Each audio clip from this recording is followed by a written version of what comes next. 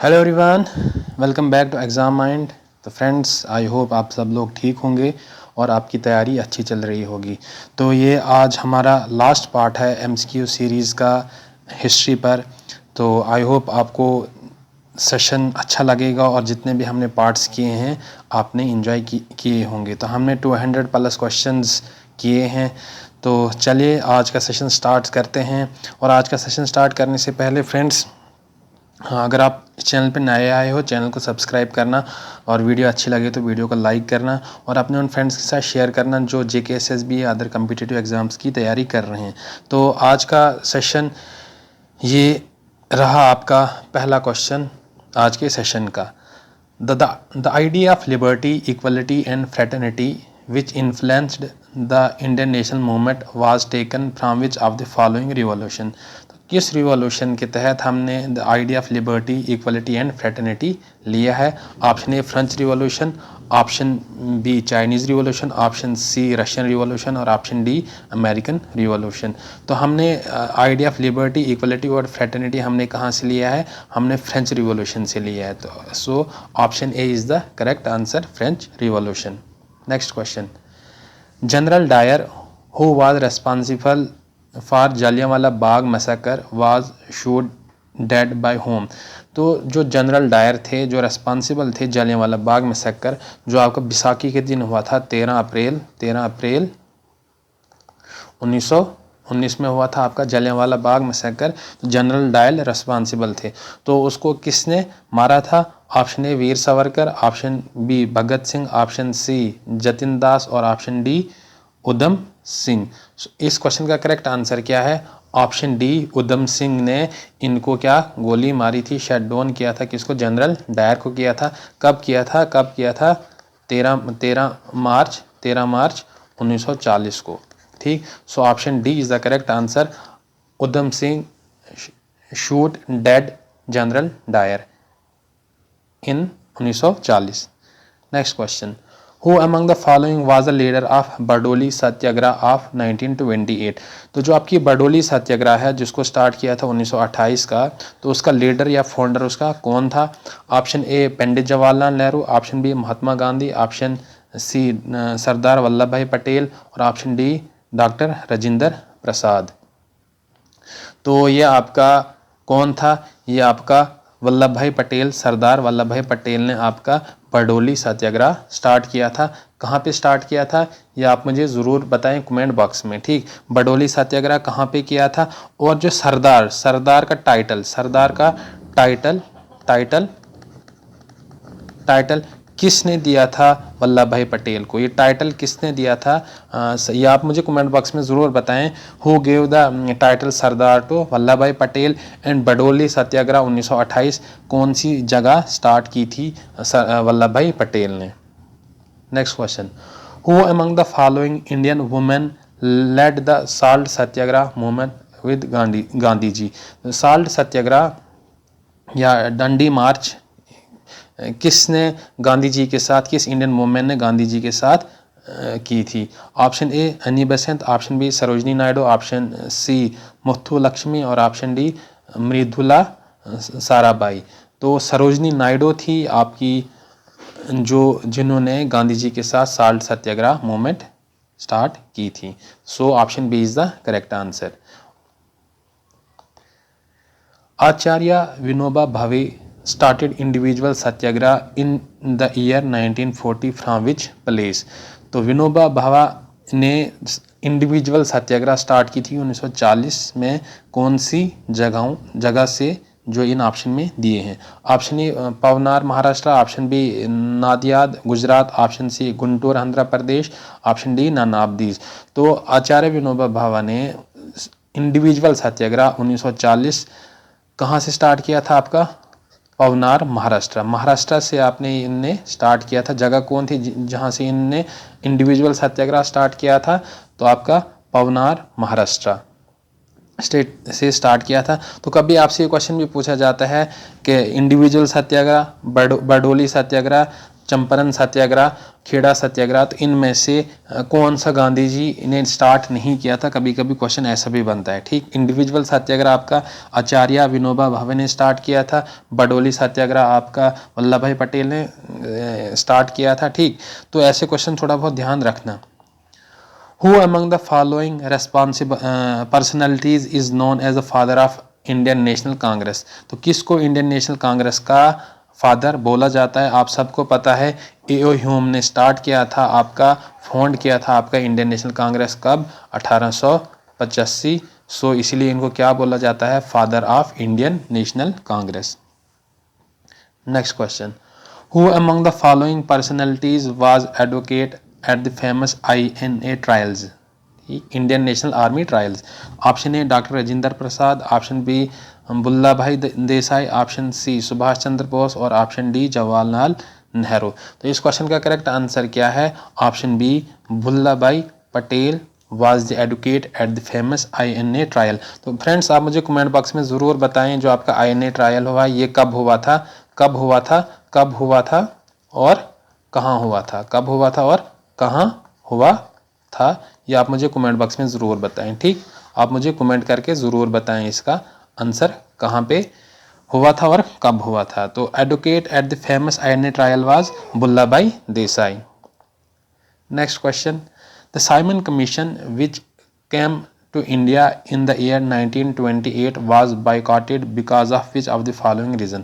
जो Simon commission थी जिसको सर जॉन साइमन ने स्टार्ट किया था, इसको क्यों इंडिया ने बाइकआउट किया था? तो क्या रीज़न रहा था जिसकी वजह से इसको बाइकआउट करना पड़ा?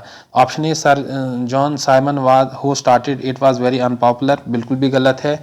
Failure of Monty Chelmsford reform, option C large number of nationalist in prison, all its members were Englishman. तो इसका करेक्ट आंसर क्या है? Option D all its members were Englishman.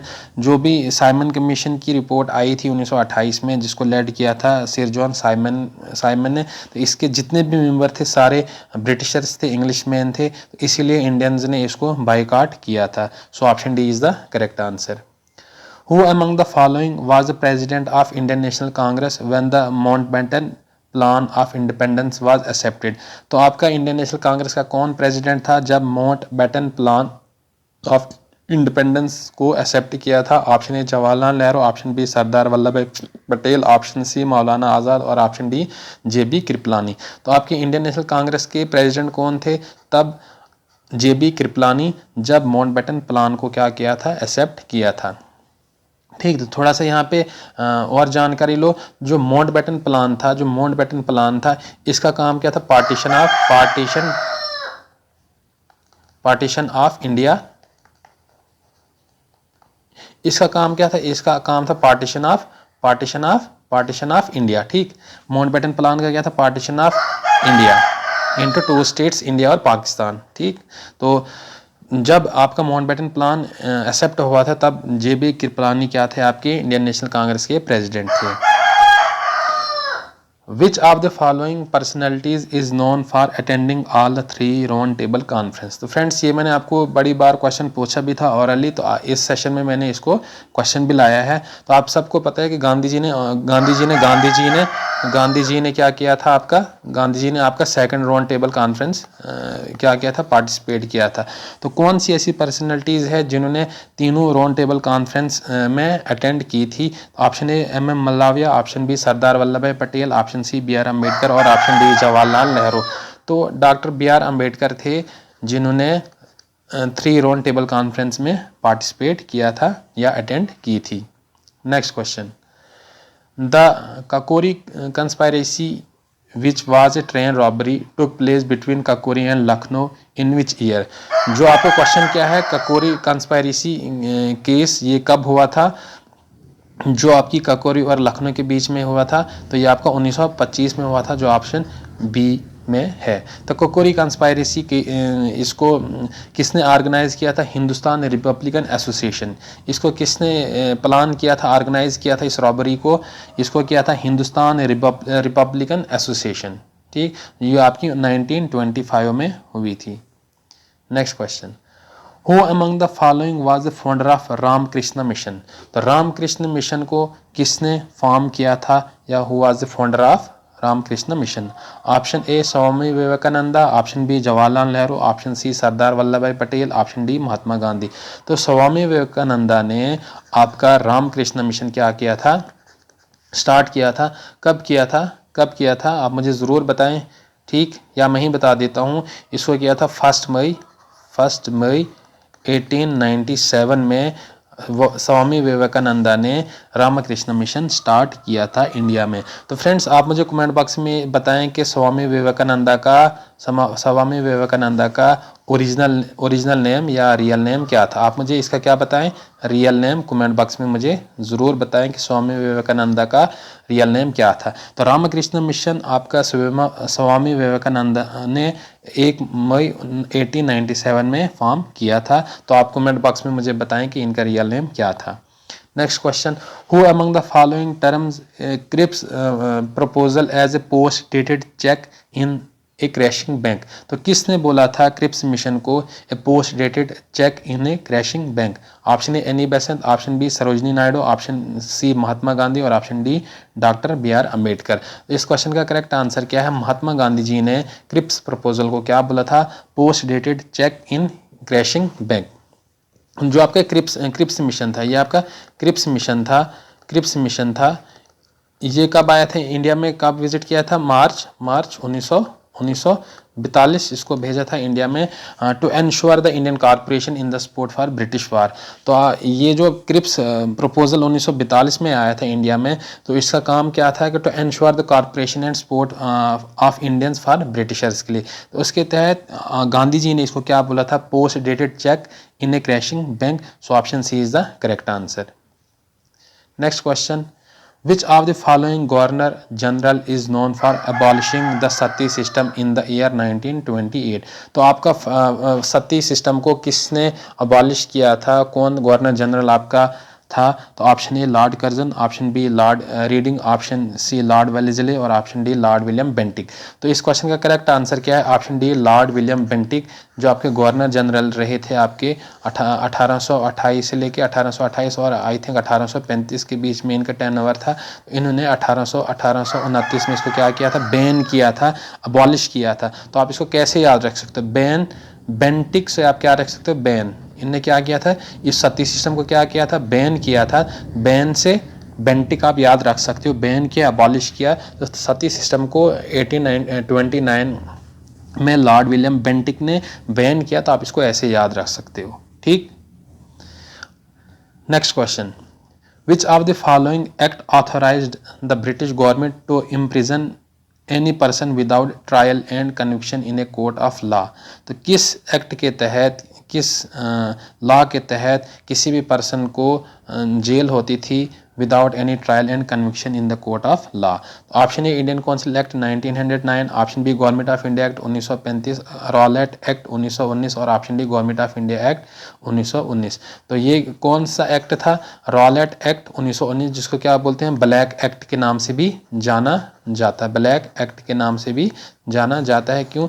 इसमें किसी भी पर्सन को इम्प्रिजनमेंट होती है विदाउट ट्रायल एंड कन्विक्शन, और मैक्सिमम टाइम कितना था? 2 साल। मैक्सिमम टाइम कितना था?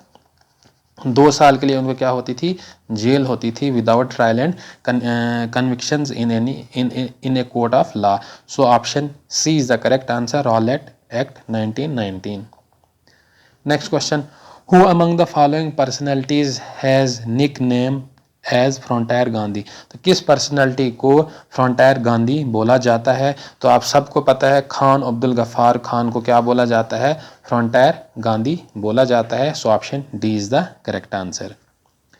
Next question, who among the following designed the national flag of independent India? तो किसने डिज़ाइन किया है जो आज हमारे पास फ्लैग है, किसने उसको डिज़ाइन किया था?